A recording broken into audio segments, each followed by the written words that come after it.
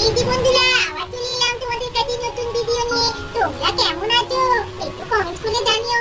আর আমাদের চ্যানেলটা বেশি করে দেখো, সাবস্ক্রাইব করো, শেয়ার করো, লাইক করো, আর কমেন্ট করে জানাবে। আজকে ভিডিওটা তোমাদের দেখাবো, তোমাদের কেমন লাগে।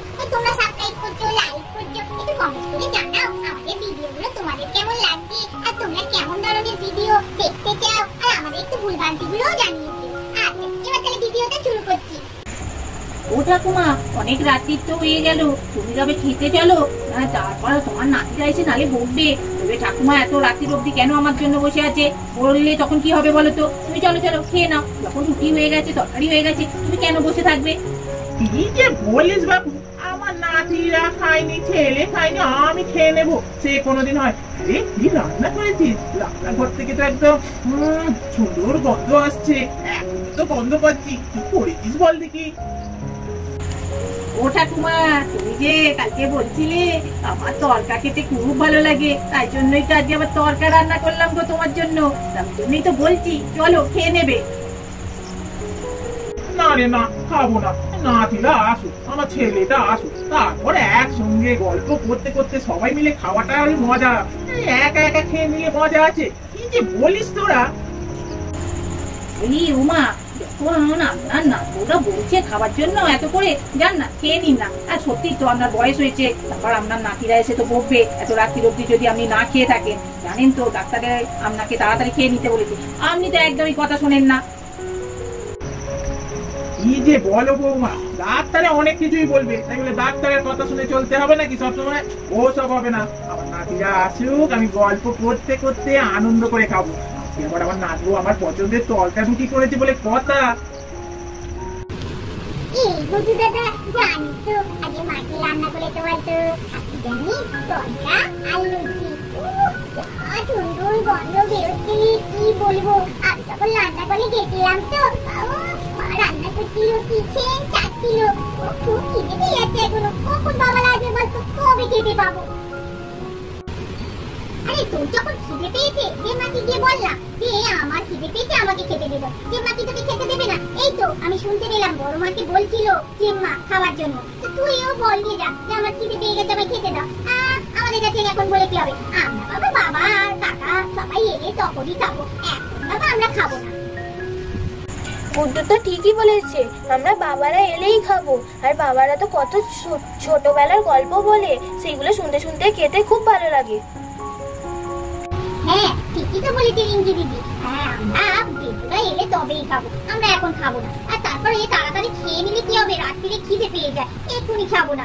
বেদুরা আসুক তারপর খাবো। এই চল না, একটু বম্মাকে বলি একটা গল্প বলতে। কতদিন যে খেতে পাইনি, কি বলবো, পেট একদম খিদে যাচ্ছে। আমার নয় খিদেটা আমি জল খেয়ে সহ্য করে নেবো।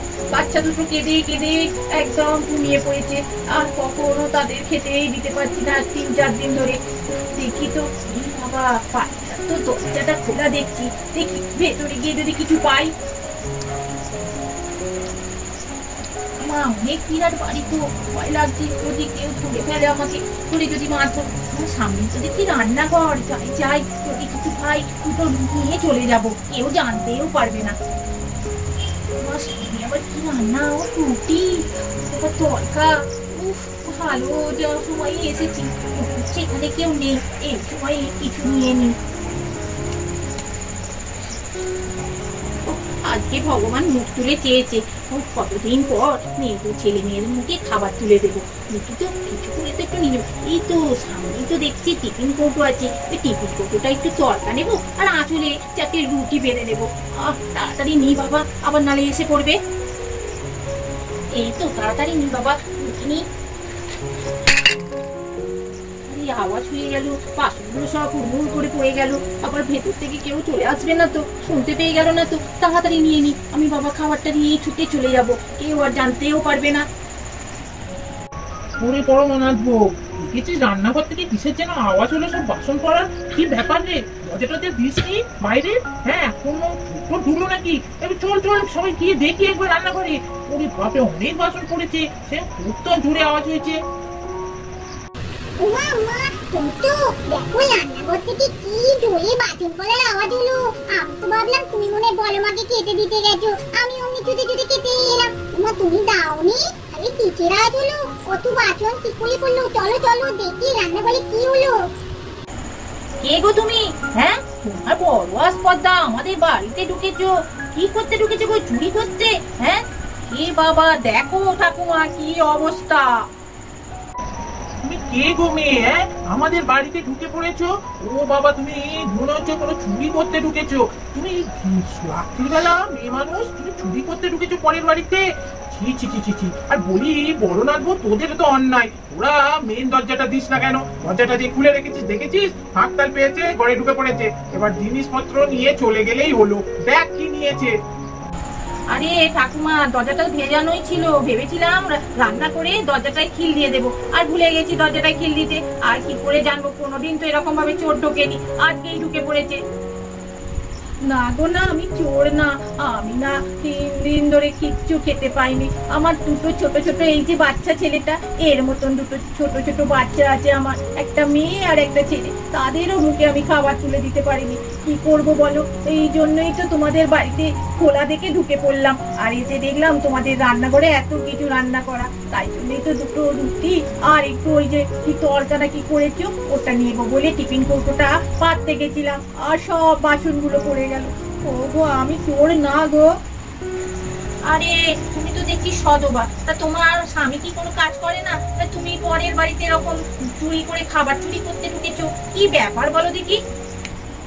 না গো, আমার স্বামী না একটা কারখানায় কাজ করতো, আর কারখানাটা বন্ধ হয়ে গেছে, তাই জন্য তো আর কিছু করতে পারছে না। সে অনেক কাজ করছে গো, কোনো কাজই আর পাচ্ছে না। কি করব বলো?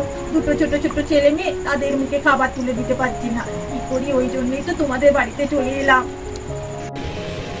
ও জেমা জেমা, তোমার গায়ে দোনাবো, তোমার যত ইচ্ছা খাবার তুমি নিয়ে নাও। এই টিফিন কৌটোটা করে এই তলটা আর লুচি নিয়ে যাও। তোমার ছেলে মেয়ে দুটো খাবে। সত্যি তো আমরা এত খাবার খেতে পারবো না।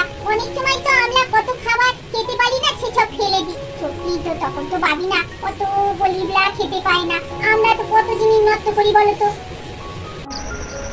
হ্যাঁ রে বড় নাথবো, যা ওর যা খাবার দরকার সেটুকু তুই তুলে ঠিক করে ওকে দে। টিফিন কৌটোটা করে ভালো করে তরকা, তারপর রুটি দিয়ে দে। হ্যাঁ ঠিক আছে, এবার থেকে যে খাবারগুলো মাজবে না, আমরা সে খাবারগুলো না ফেলে দিয়ে এই গরিব দুঃখীদের খাবারগুলো দিয়ে আসবো, তাহলে তো খেতে পাবে। আমরা তো কত জিনিস নষ্ট করি, আর কোনোদিন খাবার নষ্ট করবো না। সত্যি তো, মা বলে ওরকম করে খাবার নষ্ট করতে নেই। তখন তো আমরা বুঝি না যে এই সত্যি কত মানুষ খেতে পায় না। এই তো জিম্মাকে দেখেই বুঝতে পারলাম সত্যি কত মানুষ খেতে পায় না, কত কষ্ট করে থাকে। তোমরা খুব ভালো গো, তোমরা এই যে আমাকে খাবার দিলে। আর যদি একটা কাজ খুঁজে দিতে পারতে খুব ভালো হতো।